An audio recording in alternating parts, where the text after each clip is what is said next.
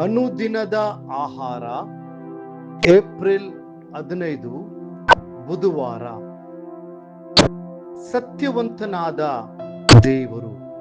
ಪ್ರಕಟಣೆ 3ನೇ ಅಧ್ಯಾಯ 7ನೇ ವಚನ.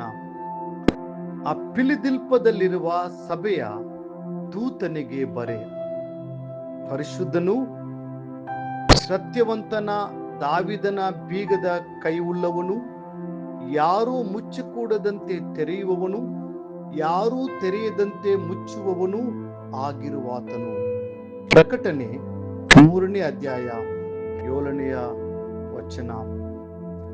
ನಾವು ಪತ್ರಗಳನ್ನು ಬರೆಯುವಾಗ ಸಾಮಾನ್ಯವಾಗಿ ಹೀಗೆ ಪ್ರಾರಂಭಿಸುತ್ತೇವೆ: ನನ್ನ ಪ್ರೀತಿಯ ತಾಯಿಗೆ, ನಿನ್ನ ಪ್ರೀತಿಯ ಮಗನಿಂದ. ಆದರೆ ಕರ್ತನು ನಮಗೆ ತನ್ನ ಸಂದೇಶವನ್ನು ಬರೆಯುವಾಗ ತನ್ನ ಸ್ವಭಾವದ ಬಗ್ಗೆ ಆಳವಾದ ಸತ್ಯಗಳನ್ನು ಪ್ರಕಟಪಡಿಸುವ ಮೂಲಕ ಆತನು ತನ್ನನ್ನು ಪರಿಚಯಿಸಿಕೊಳ್ಳುತ್ತಾನೆ. ಇಲ್ಲಿ ಆತನು ತನ್ನನ್ನು ಪರಿಶುದ್ಧನೂ ನೀತಿವಂತನೂ ಆಗಿರುವವನು ಎಂದು ಪರಿಚಯಿಸಿಕೊಳ್ಳುತ್ತಾನೆ. ಹೌದು, ಪರಿಶುದ್ಧತೆ ಮತ್ತು ಸತ್ಯ ಎಂಬುವು ದೇವರ ಶಾಶ್ವತ ಗುಣಲಕ್ಷಣಗಳಾಗಿವೆ. ನಾವು ಆರಾಧಿಸುವ ದೇವರು ಪರಿಶುದ್ಧನಾಗಿದ್ದಾನೆ. ಆತನೇ ನಮಗೆ ಪವಿತ್ರ ಲೇಖನಗಳನ್ನು ಅಥವಾ ಸತ್ಯವೇದವನ್ನು ನೀಡಿದವನು. ಆತನು ಪರಿಪೂರ್ಣ ಪವಿತ್ರನು ಮತ್ತು ಸಂಪೂರ್ಣ ಸತ್ಯವಂತನೂ ಆಗಿದ್ದಾನೆ. ಆತನು ಪವಿತ್ರನಾಗಿರುವುದರಿಂದ ನಾವು ಪವಿತ್ರವಾಗಿ ಜೀವಿಸಲು ನಮಗೆ ಸಹಾಯವನ್ನ ಮಾಡುತ್ತಾನೆ. ಆತನು ಸತ್ಯವಂತನಾಗಿರುವುದರಿಂದ ಸತ್ಯದ ಮಾರ್ಗದಲ್ಲಿ ನಮ್ಮನ್ನು ನಡೆಸಲು ಸತ್ಯದ ಪುಸ್ತಕವಾಗಿರುವ ಸತ್ಯವೇದವನ್ನು ನಮಗೆ ನೀಡಿದ್ದಾನೆ. ಕ್ರಿಸ್ತ ಶಕ 4ನೇ ಶತಮಾನದಲ್ಲಿ ಇಸ್ರೇಲ್ ದೇಶದಲ್ಲಿ ಮೊದಲ ಕ್ರೈಸ್ತ ಸಭೆಯ ಕಟ್ಟಡವನ್ನ ನಿರ್ಮಿಸಿದಾಗ ಆ ಕಾಲದ ವಿಶ್ವಾಸಿಗಳು ಆ ಕಟ್ಟಡದ ಮೇಲ್ಭಾಗದಲ್ಲಿ ಸತ್ಯವೇದದ ವಚನವೊಂದನ್ನು ಬರೆದಿದ್ದರು. ದಾರಿಯಲ್ಲಿ ಹೋಗುವವರೆಲ್ಲರೂ ಅದನ್ನು ಸ್ಪಷ್ಟವಾಗಿ ಓದಲಿ ಎಂಬುದು ಅವರ ಉದ್ದೇಶವಾಗಿತ್ತು. ಆದರೆ ಕೆಲವು ವರ್ಷಗಳ ನಂತರ ಆ ಪ್ರದೇಶವು ಇಸ್ಲಾಮಿಕ್ ಆಳ್ವಿಕೆಗೆ ಒಳಪಟ್ಟಾಗ ಆ ಸಭೆಯ ಕಟ್ಟಡವನ್ನ ಕುದುರೆ ಲಾಯವನ್ನಾಗಿ ಮಾಡಲಾಯಿತು. ಮೇಲೆ ಬರೆಯಲಾಗಿದ್ದ ವಚನದ ಮೇಲೆ ಗಾರೆಯನ್ನು ಹಚ್ಚಿ ಅದನ್ನು ಸಂಪೂರ್ಣವಾಗಿ ಮರೆ ಮಾಡಲಾಯಿತು.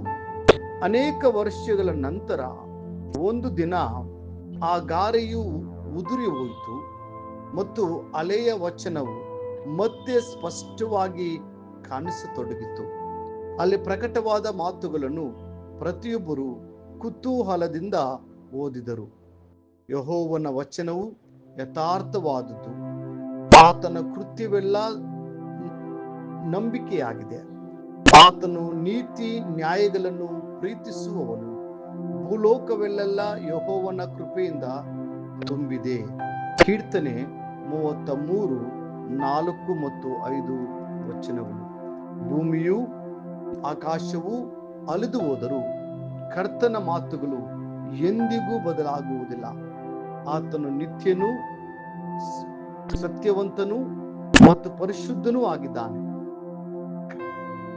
ಕರ್ತನ ಸತ್ಯವಾಕ್ಯವು ನಮ್ಮ ಜೀವನದಲ್ಲಿ ಪರಿಶುದ್ಧತೆಯನ್ನು ತರುತ್ತದೆ. ದೇವರ ವಾಕ್ಯಗಳು ಕಾಗದದ ಮೇಲೆ ಶಾಯಿಯಿಂದ ಮುದ್ರಿಸಲ್ಪಟ್ಟ ಇತರ ಪುಸ್ತಕಗಳಂತೆ ಕಂಡರೂ ದೇವರ ವಾಕ್ಯವು ಆತ್ಮವನ್ನು ಜೀವವನ್ನು ಒಳಗೊಂಡಿದೆ.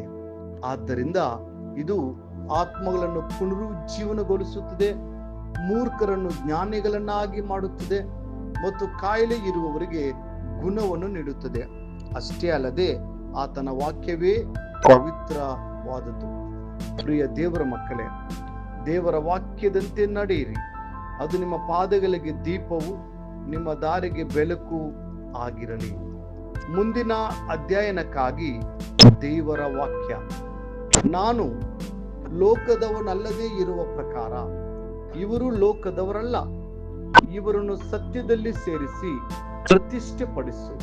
ನಿನ್ನ ವಾಕ್ಯವೇ ಸತ್ಯವು. ಯೋಹಾನ 17ನೇ ಅಧ್ಯಾಯ 16 ಮತ್ತು 17 ವಚನಗಳು.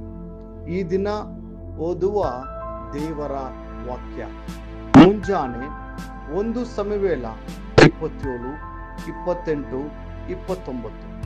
ಸಂಜೆ ಲೂಕನು ಬರೆದ ಸುವಾರ್ತೆ 13ನೇ ಅಧ್ಯಾಯ 1ರಿಂದ 22.